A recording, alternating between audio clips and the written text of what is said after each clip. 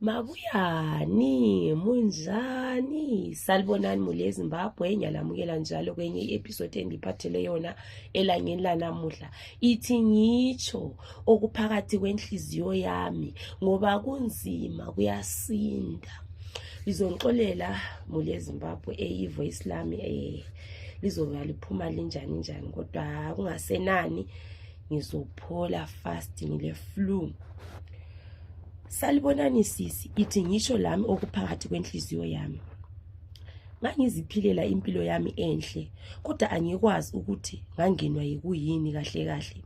Yebo i-dating experience yami yayi-bad, but i-relationship leyi engagcina ngayo yangichiya ngidilikile. Ibizo lami ngulube lihle.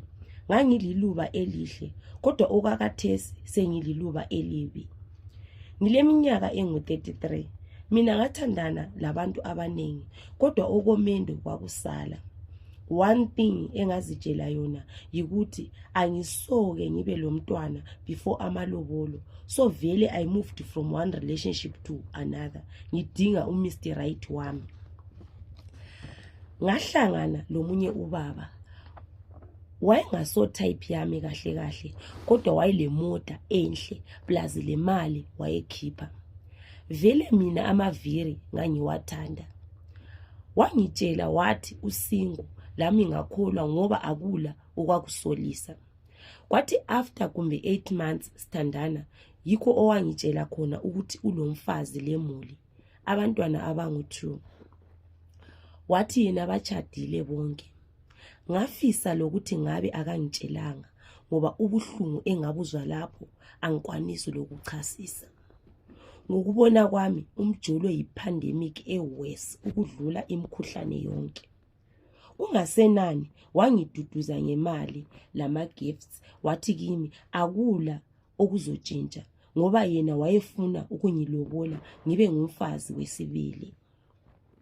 Ngingathi kusukusela lelo langa yebo wayengithanda, kodwa mina enhlizweni yami ngangingahlalisekanga. Kwakungidla kancane. Noma engaphuza ukuphendula ngangicabanga ukuthi ubhizi lo mfazi wakhe. Khona ebusuku wesi ngangilala nzima ngicabanga konke thina esasikwenza. Inhliziyo yami yayisitsha ngaphakathi.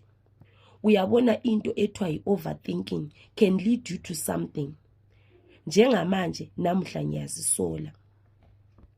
Ngacabanga ukudinga abantu bemthele i-acid beqede lapho bemtshaye umfazi ngizomthi ngusabelo. Imali ayizange ibe yinkinga, ngadinga abafana ngabatshela ukuthi beyenze njani. Ngabapha le pick lakhe, ngajabula ngisithi ngizasala ngedwa lo Sabelo, impilo izaba imnandi. Umfazi kaSabelo uyakhuleka ulamadlozi agidela phandle. Angikwazi kodwa ngiyamesaba. Ngingathi exactly isikhathi engangibatshele sona ukuthi bemthele leyo iacid yiso isikhathi abangithela ngaso.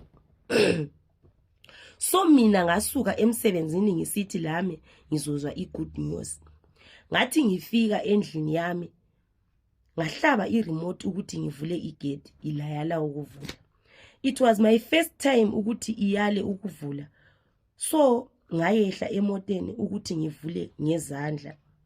Kwaqhamuka abafana labana engangibaqhatshile, bangithela ngeacid, bangichaya. Ubuhlungu engabuzwa lapho bunzima. Ngazosizwa ngabanye abadlulayo ngendlela bangisa esibhedlela. USabelo wahle wabuya wathi okwami lawe sokuphelile. Up to date angikwazi ukuthi kwahamba njani ukuthi obhudi labana bengithele iacid.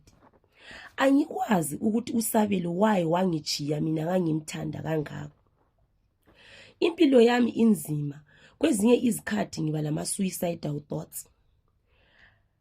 Ngingacabanga ukuthi ngangimuhle njani, kodwa kathesi sengiyinunu. Angisasebenzi, ngihlala labazali bami, kodwa ngiyabona ukuthi abasela ndaba lami. I'm very sorry mfazi kaSabelo, kodwa lapha oguqa khona ngiyafisa ukuba kwazi, ngoba noma lapho othethela khona amadlozi akho ngiyawesalutha. To all the ladies out there, asiyekeleni ukulwisa abafazi babantu. Yiyo-ke i-confession embuyela elangeni lanamuhla esuka kulube lihle. Lizizwele lani bomama out there, kuthiwa yekelani ukulwisa abafazi babantu, yekelani ukulwisa abantu babantu. Yebo abantu sile saying lesilayo these days yokuthi akula muntu womuntu, but ma i-situation isimo mase sinje so uyabona wedwa ukuthi kulo muntu womuntu.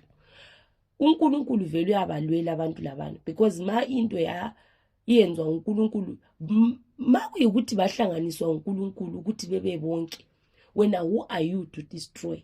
Angithi wena ungubani ukuthi ungenele phakathi kwabo? Ngiyazi ukuthi i-topic esiyidebatayo each and every time abantu besithi umuntu asomuntu womuntu, umuntu kwaze kwabanje, umuntu kwaze kwabanje. Kodwa at the end nxa sokusenzakala izinto ezinje so la uyazibona ukuthi hayi bakhona abantu babantu.